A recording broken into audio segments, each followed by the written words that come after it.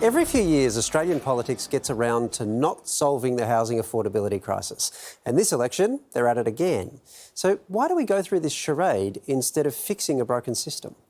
A re-elected coalition government will allow first home buyers to invest a responsible portion of their own superannuation savings into their first home. A Labor government that will provide an equity contribution from the Commonwealth for 10,000 aspiring homeowners on low and middle incomes each and every year. I mean, they look good, they sound good, but both parties' housing affordability policies probably won't work for the same fundamental reason. They're not actually designed to reduce or even stall house prices. Instead, they're designed to let first home buyers borrow more than they otherwise could so that they can place bids that are higher than they otherwise would.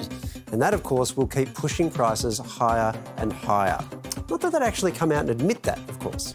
I would imagine that there would be a lot of people that bring forward their decision to buy a house. So I would imagine in the short term, you might see a bump in house prices. When you look at the proportion of first home buyers of the entire real estate market, it's quite marginal. Our policy is measured, it's targeted, it will make a positive difference. Now, Labor's denial is kind of credible, if only because their program's capped at 10,000 places per year. So if it doesn't really affect prices, it's because it doesn't help that many people. But it still doesn't solve the underlying problem. It can't, because our politics is now built on assumptions that make this problem nearly impossible to solve. Take the Coalition's plan, which would allow first home buyers to draw on their superannuation within limits to buy a home. This will be a game changer for thousands of Australian families. It's a contender of one of the worst housing policy decisions of the last 30 or so years. This is actually kind of wild. The entire point of super is to put people's savings out of reach for their own sake until retirement. Allowing people to crack open the piggy bank early defeats the whole purpose. And yet, the Coalition's plan makes a lot of sense to a lot of people. I think that might be because we've long stopped thinking of housing as shelter and a right, and instead started thinking about it as an investment. So where superannuation funds invest your money in the stock market, this lets you choose to invest some of it in property instead. This way, you actually get to live in your investment as well. And why not? It's safe as houses.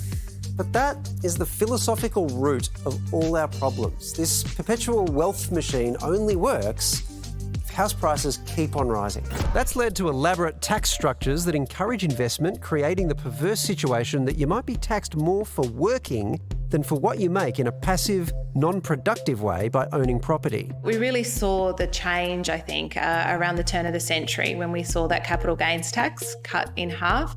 That really led to this ongoing investment and wealth generation from housing and an almost addiction to it.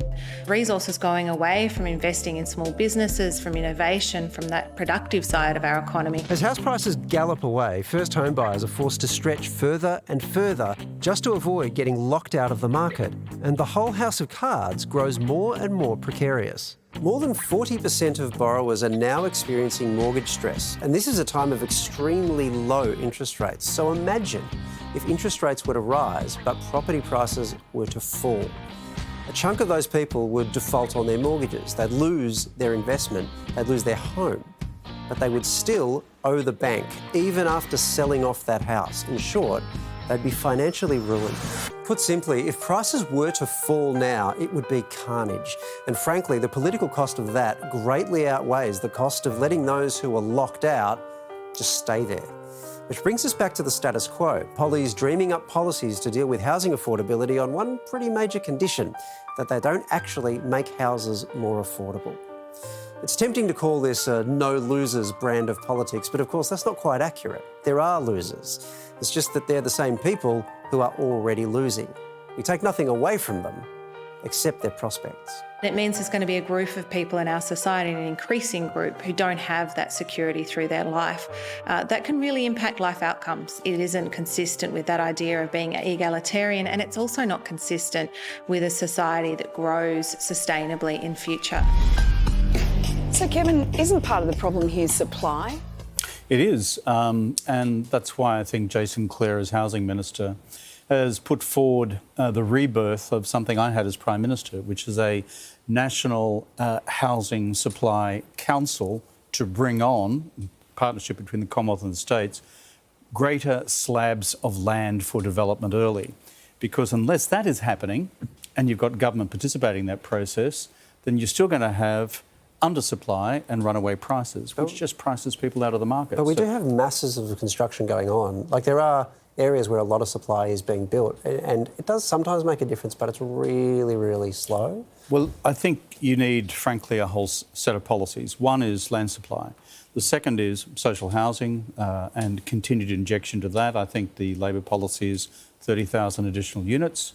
Coalition's similar, it's about 27.5, I think. Yeah, but I mean, if I look at the funding parameters of it, it's a $10 billion fund versus a $2 billion fund. So there's a difference, I think, in the scaling over time. But the other big one is the shared equity program. But you put it together, it's a question of maths at the end of the day. There's about 10 million dwellings in Australia. We add about 200,000 a year.